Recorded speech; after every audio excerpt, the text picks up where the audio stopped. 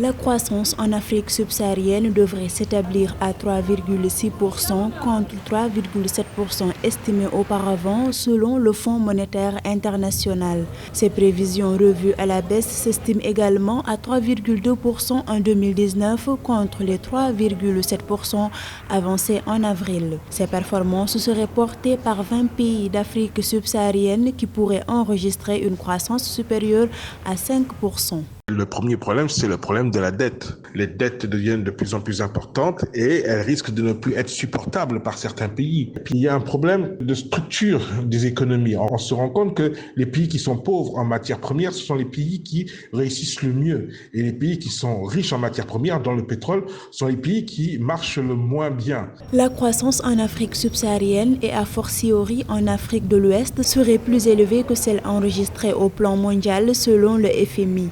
La croissance dans des pays comme l'Éthiopie devrait atteindre en 2019 7,4% et 7,2% en 2020, la Côte d'Ivoire 7,5%, le Sénégal 6% et le Nigeria 2,3% et 2,5% respectivement.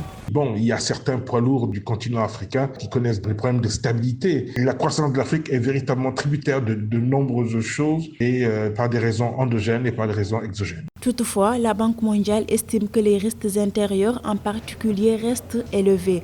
En outre, des considérations de politique intérieure pourraient remettre en cause les réformes économiques et peser sur les perspectives de nombreux pays.